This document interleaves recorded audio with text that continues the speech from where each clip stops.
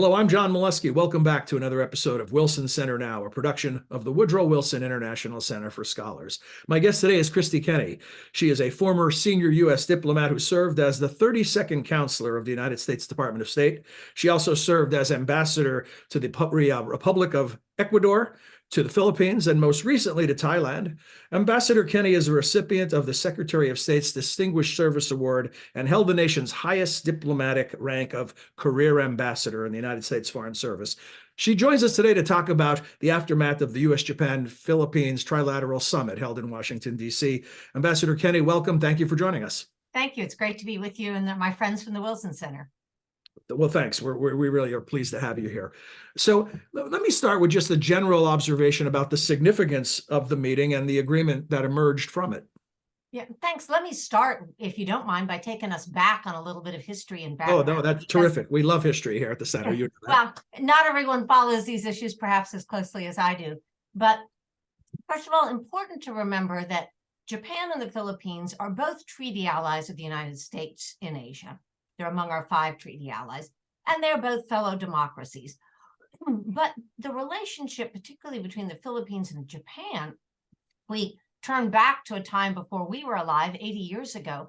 Japan was a brutal occupier of the Philippines in World War II. The United States liberated the Philippines from Japan. The Philippines had been a colony of the United States. They became a free, independent country upon that liberation. But the Japanese have worked since that time tirelessly, patiently, carefully to rebuild or to build a relationship with the Philippines. And it's been impressive to watch, from going from being perhaps the most reviled country in the Philippines to where we are today, talking about trilateral meetings among the 3 leaders of our countries is kind of breathtaking. And I give the Japanese huge credit for facing this head on, for being honest, for being investors, for offering development assistance, and now taking this extra step. So it's to me really exciting and a real reflection, I think, of the work the Japanese have done to rebuild their relationship with the Philippines. Obviously, the U.S.-Japanese relationship was rebuilt years earlier, and they have now been a close partner and increasingly a global ally. And I think that's reflected in these meetings.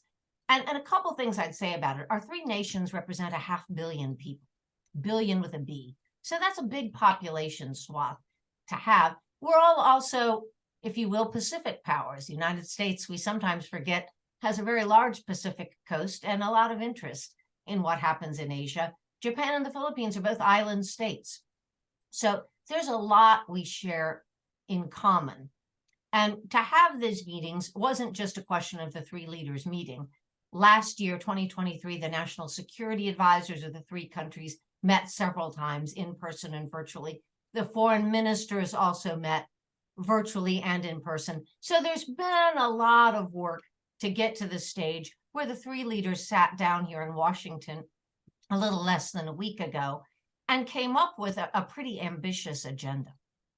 So you mentioned that the U.S. and Japan relationship has been growing stronger since the end of World War II, and Americans have a good handle on that, probably less so about the Philippines. So could you talk from the perspective of the United States about the importance of the relationship with the Philippines in particular? Well, the relationship with the Philippines is actually an incredibly close relationship. And part of that stems from our time, back 80 years ago as a colonial power. But the truthful matter is there's a lot we have in common. We're democracies, we're English-speaking countries, and there are maybe 4 to 5 million Filipinos or Philippine Americans who live in the United States. I think if you go into any large room, a classroom, an auditorium at the Wilson Center, and you ask anybody who's a Philippine American or Filipino here, you'll get hands up in any gathering. So I think there's a real tendency to view each other as friends. The Filipinos, for example, are huge basketball fans. The time when I was in the Philippines, the foreign minister would start every meeting with me talking about the results of the NBA the night before. There's a lot we share in common. And in fact, there are not only American businesses and fast food chains all the way on up to sophisticated technology in the Philippines, But if you drive around the United States, particularly on the West Coast, you will find Filipino fast food restaurants. You will find Jollibees, their kind of version of a McDonald's. So there is a lot that connects our two countries. And over the years, you remember the United States had bases in the Philippines a number of years ago. Yeah. That has been discontinued, but we now have in today's world an agreement with the Philippines where we have access to certain ports and bases in the Philippines, which are really useful from everything from humanitarian assistance to some of our operations in Afghanistan more recently, places like that. The Filipinos fought alongside of us in Vietnam. So there's a really strong and close cultural people-to-people relationship in addition to security relationships and economic relationships. Yeah, I'm glad you bring that up because, we talk about geopolitics and security and big issues, but on a daily basis, the cultures and the way we exchange cultural touch points, whether it's fast food or movies or whatever, is almost more important on a daily basis than anything else. Yeah, it is. And I'd add there are a couple of pieces you don't even think about. Several of the famous designers, dress designers, are Filipino Americans. So there are a number of touchstones throughout our two countries. And by the way, that makes meetings between our leaders and changes in our governments so much easier to weather because you have this strong people-to-people relationship. Yeah. Yeah. Well, shifting from that back to the geopolitics, let me ask you about the China and the South China Sea dispute. And in many ways, when you look at coverage from around the world of the summit, it was under the frame of a direct challenge to China. Can you talk to us about that? So the Chinese have been so aggressive in the South China Sea, using water cannons and lasers on Filipino patrol boats, Filipino fishing boats. And I think that aggressiveness and the concern as to how they might react against others is really what pulled the dynamics for this Japanese-Filipino-American summit. And coming out of it was a very strong statement on abeyance of the rules of law, international order, and a condemnation of aggressive actions by the Chinese in the South China Sea. But there were also a couple of pieces of follow-on, which I think will be not difficult to implement and could have some great benefits for all three countries, but probably most significantly for the Filipinos, who are the less developed country of the three and the country that feels the most aggression. And so one of those agreements was to continue training for the Filipino Coast Guard, capacity building. The Japanese have now donated 12, I think, patrol boats to the Filipinos for their Coast Guard. Remember, the Philippines is a nation of 7,000 islands. So a Coast Guard is really kind of got to be top of their agenda, whether you're talking Chinese aggression or unregulated fishing, search and rescue. And so coming out of this was an agreement to do more trilateral training, very specifically to put Japanese and Filipinos on a US Coast Guard vessel in the near future. The three countries plus Australia did some joint maritime drills, about a week, 10 days ago now, and they've agreed to do more of that. They've also agreed to a trilateral steering group on maritime security and some enhanced training on maritime law enforcement. The United States has a pretty good history, as does Japan, of unregulated fishing. How do you get poachers? How do you do that? And so all of those things, which I think will not be difficult to implement, will be takeaways going forward. They also agreed to do enhanced disaster assistance, humanitarian training. Both Japan and the Philippines suffer from typhoons on a regular basis. It goes with their geography. And so to work on that, and the United States has agreed, we will pre-position humanitarian relief supplies at various of these military bases in the Philippines. And finally, out of this, the United States has a long agreement with the Philippines on our visiting forces agreement, which governs when we put ships into port, if we do exercises in the Philippines, in Philippine territory. The Japanese are now negotiating and expect to soon sign a similar agreement with the Filipinos, which will allow the Japanese self-defense forces to similarly use ports in the Philippines, again, enhancing that cooperation, enhancing the capacity of the Filipinos, and serving as a force multiplier for all three of our countries. Do you see great potential in economic growth in the relationship among the nations? Well, I do. And in fact, the second piece of this was an economic piece, and it is by far the most ambitious sort of economic agenda I've seen coming out of, frankly, a bilateral or trilateral meeting in a while. And I think it will be the most complicated to implement. I'm excited about it because I like the fact that we build a relationship among the three countries that isn't just based on security. You know, economics affect every one of us. And to have an economic component, you know, enhances economics for the United States, for Japan, for the Philippines. It brings us all more prosperity. So coming out of that, the three countries agreed to develop a corridor in the Philippines on the main island of Luzon. And in that, they will develop roads, ports, infrastructure, a semiconductor industry. They are looking to build clean energy throughout the Philippines, an innovation economy. And while some of that sounds harder to do, the truth of the matter is Filipinos are by nature extremely innovative. They're creative.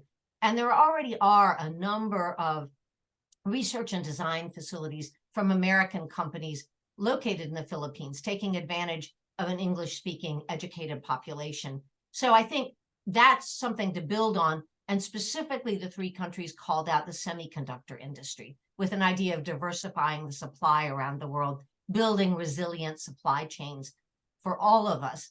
But there's also the clean energy component. And I actually ran into the Philippine energy minister while he was in town last week, and he's very excited about it. You know, they already have an extraordinary wind power capacity. Obviously, being a tropical nation, they've got a solar power capacity. And they're also looking at more hydropower and looking to learn from best practices from our three countries on a peaceful, clean nuclear power.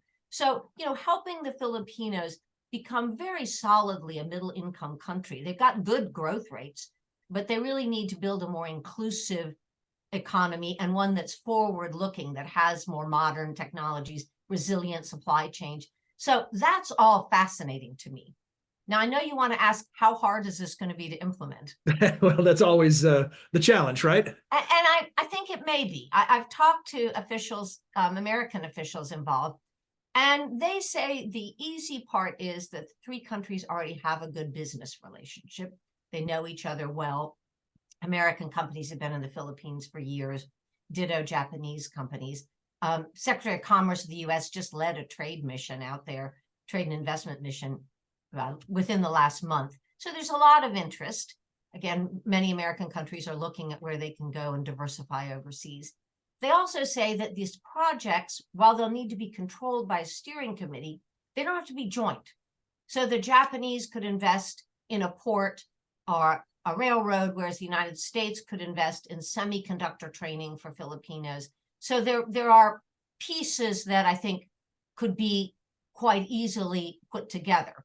I still think the amount of energy from all three countries and oversight to make sure the projects are complementary, that they link up, that they are within the framework, will be daunting. There's a lot of good energy behind it, and they're going to have their first trilateral promotional event, if you will, at the Indo-Pacific Business Forum at the end of May. So that'll be a real, I think, litmus test for what is the interest. Are there multinational banks and institutions that are interested in financing, the private sector interest, how much each government can contribute? So that's an exciting and ambitious, and if I dare say so, innovative piece of it.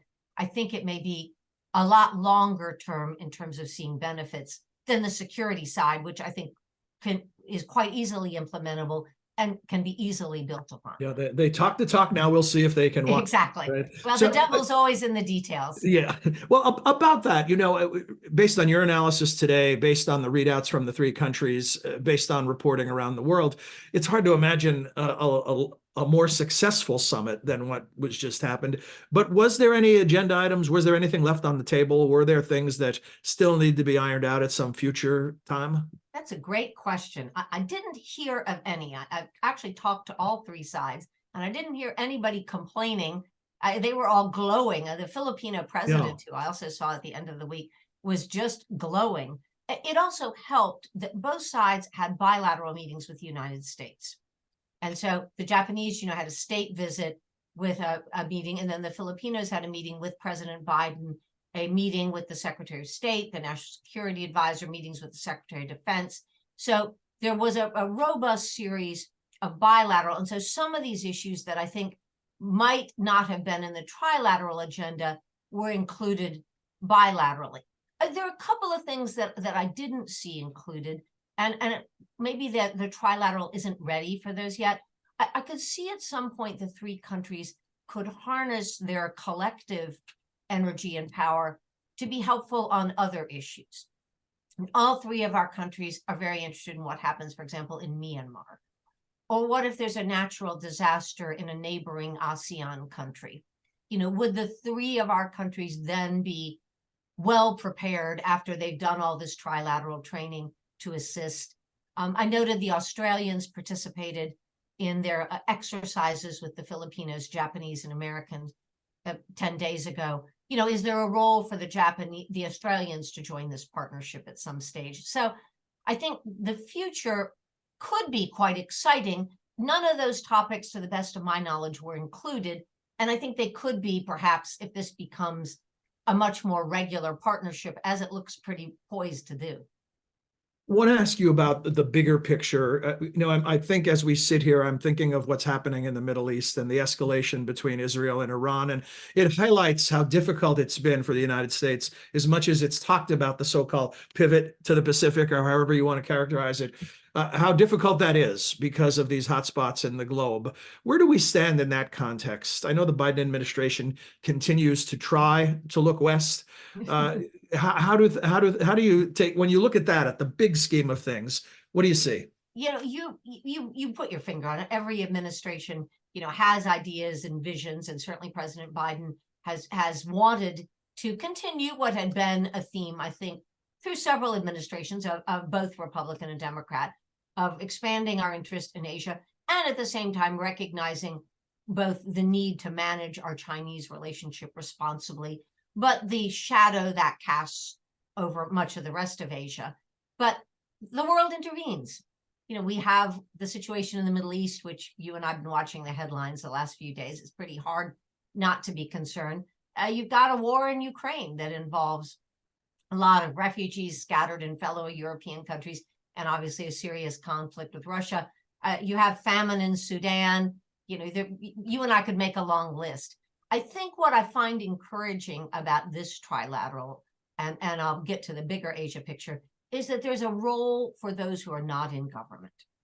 So the role, for example, on the business side of this trilateral summit, to invest, to build ports, to build railroads, to enhance a workforce in the Philippines that could do semiconductor work, to build clean energy and share our expertise, that is not going to be, it may be under a government steering group, but that's going to be driven by the private sector. And they tend to be far less buffeted, I think, by the global crisis of the day.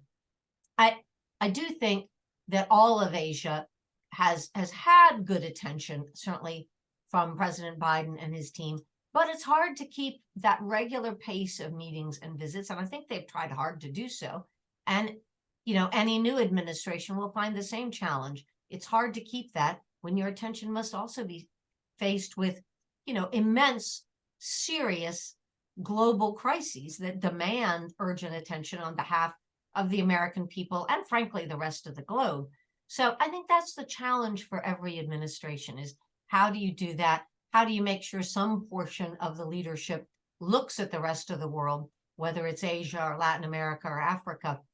But we all know the big crises of the day that have sort of immense global implications will take 80% of the effort. That's why meetings like this are good to get on the calendar and make happen, because it does force people to sit down, shut out the other crises of the day for even an hour or two and focus on what we're doing with our friends in the Asia Pacific.